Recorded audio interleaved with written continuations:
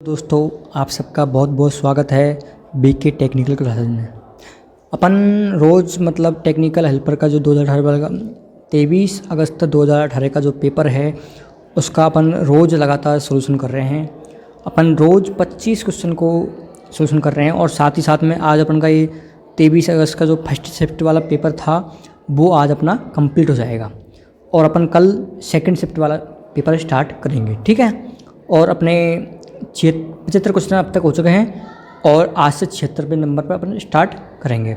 और साथ ही साथ में मैं उम्मीद कर रहा हूँ आप इसको अधिक से अधिक दोस्तों तक शेयर कीजिए, वह चैनल को सब्सक्राइब कीजिए और बेल आइकन को दबाइए साथ में, ठीक है।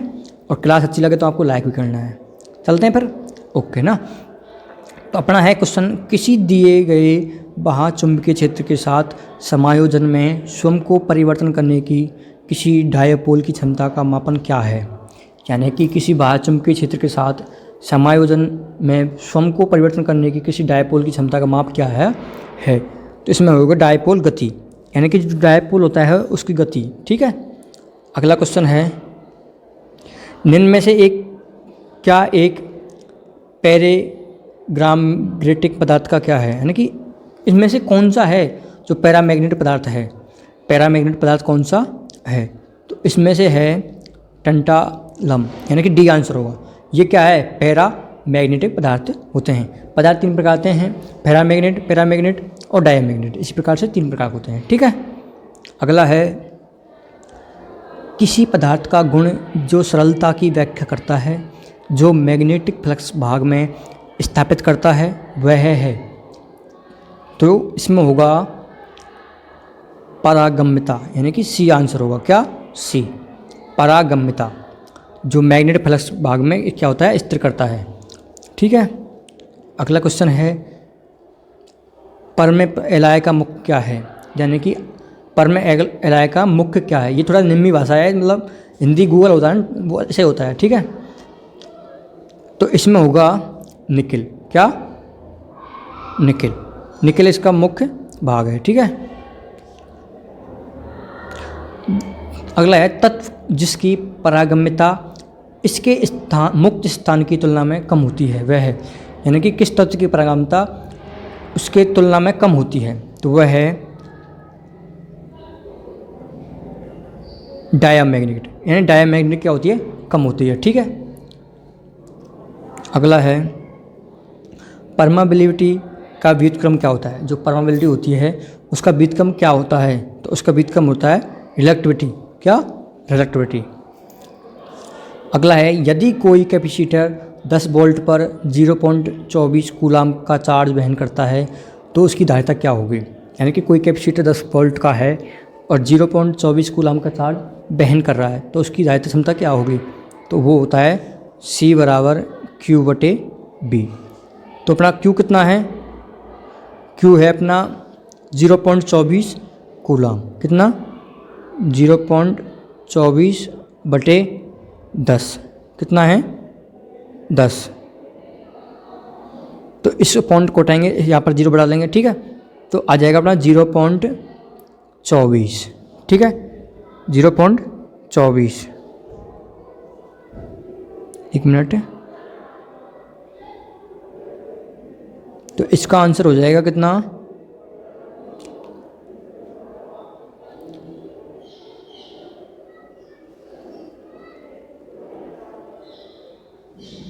एक मिनट, गलत कर दिया अपन ने, इसको थोड़ा रब करते हैं, एक मिनट। C बराबर Q/B। तो Q का है अपना 0.24/10।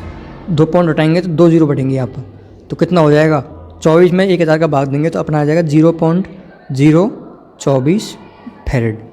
तो इसका आंसर क्या हो जाएगा, ए। क्या हो जाएगा, ए, ठीक है। समझ में आ गया, चलते हैं आगे। यदि 10 माइक्रोफैरेड कैपेसिटर के श्रेणी में जुड़े हुए हैं तो समान धारिता मान क्या है। यानी कि यदि 10 माइक्रोफैरेड कैपेसिटर श्रेणी में जुड़े हुए हैं, 10 माइक्रोफैरेड कैपेसिटर श्रेणी में जुड़े हुए हैं तो समान धारिता मान क्या है, तो 84। तो इसमें है कितना, डी। कितना आएगा, डी आएगा। अभी किस प्रकार से आएगा, ये यदि 10 10 माइक्रोफैराड के कैपेसिटर के श्रेणी क्रम में जुड़े हुए हैं। तो यह है यानी कि किस क्रम में, श्रेणी क्रम में। तो 1/10 प्लस 1/10 प्लस 1/10, तो इसका कितना हो जाएगा 10/3/10 यानी कि 10/3, तो यानी कि 3.33 माइक्रोफैराड। ठीक है, चलते हैं आगे। अगला क्वेश्चन है गॉस नियम निम्न में से किस पर लागू होता है। ये गॉस का नियम है, ठीक है। ये किस पर लागू होता है, तो ये लागू होता है किस पर, फील्ड के लिए एक अनंत चार्ज किए गए लंबे सीधे तार के कारण, फील्ड के लिए पॉइंट चार्ज के कारण, फील्ड के लिए एक अनंत चार्ज किए गए तार के कारण, और फील्ड के लिए पूरी तरह से चार्ज किए गए बेलाकार कोण के कारण। यानी कि इसका आंसर क्या होगा, डी। सभी पर एक गॉस का नियम लागू होता है। अगला क्वेश्चन है यदि किसी कैपेसिटर के समांतर प्लेटों का अलगाव बट गया है तब इसका धारिता क्या होगी। यानी किसी कैपेसिटर के समांतर प्लेटों का अलगाव क्या हो गया, बट गया है, तो उसकी धारिता क्या होगी, दोगुनी हो जाएगी। क्या हो जाएगी, दोगुनी हो जाएगी। यानी कि प्लेट का क्षेत्रफल कम हो जाएगा। तो एक मिनट, किसी कैपेसिटर के समांतर प्लेटों का अलगाव बट गया है तो उसकी धारिता क्या हो जाएगी, दोगुनी हो जाएगी। ठीक है, अगला क्वेश्चन है उस समय जब फ्यूज लिंक को लगाया गया है उससे लेकर ओवर करंट में व्यवधान डाला जाता है तब तक के समय के लिए मात्रा क्या है, तो उसको बोलते हैं आर्किंग का समय, आर्किंग का समय। ठीक है, किसी उपभोक्ता का संपर्क किया गया लोड 3 किलोवाट और उसकी अधिकतम मान 1.5 किलोवाट है, तो उपभोक्ता का मान का कारक क्या है, उपभोक्ता का मान का कारक क्या है, तो इसका हो जाएगा सी ऑप्शन। क्या हो जाएगा, सी हो जाएगा। किस प्रकार से, देखो 1.5, एक मिनट, 1.5/3 पॉइंट हटाएंगे तो यहाँ पर 0 लगा देंगे, तो यानी कि 15/30, तो ये कितना हो जाएगा 1/2 यानी कि 0.5, तो कितना हो जाएगा 0.5 आंसर। ठीक है, अगला चलते हैं। किसी ट्रांसमिशन लाइन के समान सर्किट में धारिता के कारण, किसी ट्रांसमिशन लाइन में समान सर्किट में खाली स्थान के कारण है, तो किसके कारण, लाइन के विभव में अंतर। किसमें, लाइन के विभव में अंतर। ट्रांसमिशन लाइन क्या होती है, जो अपने उत्पादन केंद्र से जो लाइन आ रही है ट्रांसमिशन उच्च वोल्टेज वाली, उनको ट्रांसमिशन लाइन। ठीक है, स्कॉट संयोजन में टीजर के आर पार वोल्टता द्वारा मुख्य आपूर्ति को बढ़ाती है। यानी कि स्कॉट संयोजन होता है जो ट्रांसफार्मर के अंदर किया जाता है, जो बाइंडिंग होती है उसका स्कॉट संयोजन किया जाता है। स्कॉट उसको अपन टीटी संयोजन भी बोलते हैं। यह 3 फेज को 2 फेजों में बांटने के लिए, 2 फेज में बनाने के लिए किया जाता है। ठीक है, तो इसमें आपूर्ति वोल्टेज कितना होता है, कितना डिग्री होता है, 90 डिग्री। कितना डिग्री, 90 डिग्री। अगला क्वेश्चन है संतुलित परिचालन के लिए टीजर ट्रांसफार्मर को फेरों का अनुपात कितना होता है। यानी कि संतुलित अनुपात के लिए टीजर ट्रांसफार्मर का जो फेरों का अनुपात होता है, एक तो टीजर ट्रांसफार्मर होता है, जो टीजर होता है, एक मेन ट्रांसफार्मर होता है। इसमें 2 ट्रांसफार्मर होते हैं, तो दोनों का जो अनुपात है फेरों टर्नों का, वो कितना है, वो है 0.86 से 1, तो यानी टीजर और एक मेन, तो इसका है 0.86 और इसका है 1, यानी कि ये 100 है तो ये 86 है। ठीक है, अगला है 3 कला परिणामत्र में डेल्टा स्टार संयोजन की स्थिति में प्राथमिक लाइन वोल्टेज के सापेक्ष द्वितीय लाइन वोल्टेज है। यानी कि 3 फेज परिणामत्र में डेल्टा स्टार संयोजन की स्थिति में प्राथमिक लाइन वोल्टेज के सापेक्ष द्वितीयक लाइन वोल्टता है, तो वो है 30 डिग्री लीडिंग। कितनी, 30 डिग्री लीडिंग। डेल्टा स्टार संयोजन में निम्न में से क्या लाभ है, इन्हें डेल्टा स्टार का लाभ क्या है, तो डेल्टा स्टार के लाभ हैं द्वितीयक वोल्टता का कोई विरूपण नहीं होता है, यानी कि स्टार का कोई विरूपण नहीं होता। दीर्घ संतुलन भार को संभाल सकता है, यानी कि इस असंतुलित भार के लिए अपन स्टार का प्रयोग कर सकते हैं।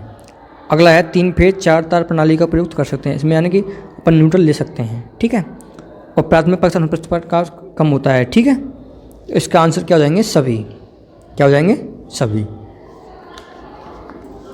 अगला क्वेश्चन है संपन्न परीक्षण एक परिणामतः द्वितीय में स्थानीय परिपथ में कुल वोल्टेज है, यानी कि जो ट्रांसफार्मर है उसके अंदर संपन्न टेस्ट होता है वो क्या है, उसको अपन बैक टू बैक टेस्ट बोल सकते हैं। ठीक है, तो वो उसमें द्वितीय स्थानीय परिपथ में कुल वोल्टेज है तो वो है 0 के बराबर। कितने बराबर? 0 के बराबर। इसमें 2 ट्रांसफार्मर यूज होते हैं, सिंगल फेज ट्रांसफार्मर होते हैं, और कितने होते हैं? 2 ट्रांसफार्मर यूज होते हैं संपर्क टेक्स्ट में। अगला क्वेश्चन है परिणामत्र में स्लेजिंग का प्राथमिक कारण क्या होता है? स्लेजिंग होती है, उसका जो प्राथमिक कारण है वो क्या होता है? तेल का ऑक्सीकरण। यानी कि स्लेजिंग क्या होती है? जो मतलब ट्रांसफार्मर में तेल होता है वो ऑक्सीकरण के नीचे जम जाता है, मतलब अधिक, उसको स्लेजिंग बोलते हैं।